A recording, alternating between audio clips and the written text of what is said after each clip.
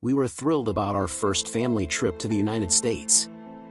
My wife, our 2 kids, and I had been planning this journey to New York for months. Everything seemed bright and exciting.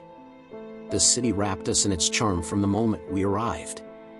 The skyscrapers, the flickering lights, and the constant buzz of the city were something we had never experienced in our country. We stayed at a cozy hotel, and each day we explored a new part of the Big Apple.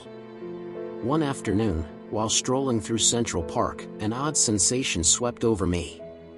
I couldn't quite put my finger on it, but something in the atmosphere felt off.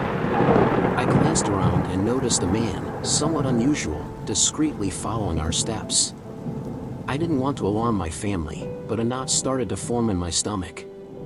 After that encounter, I began to notice the same man in different places we went.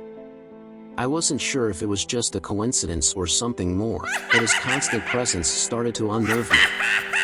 He always kept his distance, but his eyes seemed to follow us wherever we went.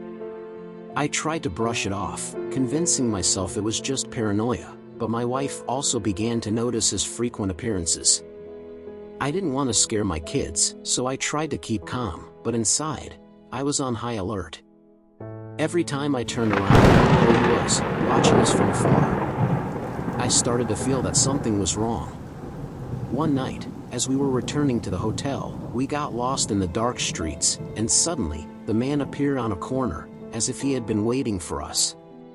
My heart was pounding, but we managed to get away without him following us. I returned to the hotel with my family and told them to lock up as a precaution.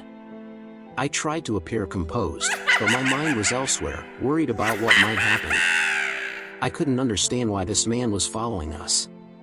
The next day, while visiting the local market, we saw the man again, but this time he was closer. I felt my whole body freeze.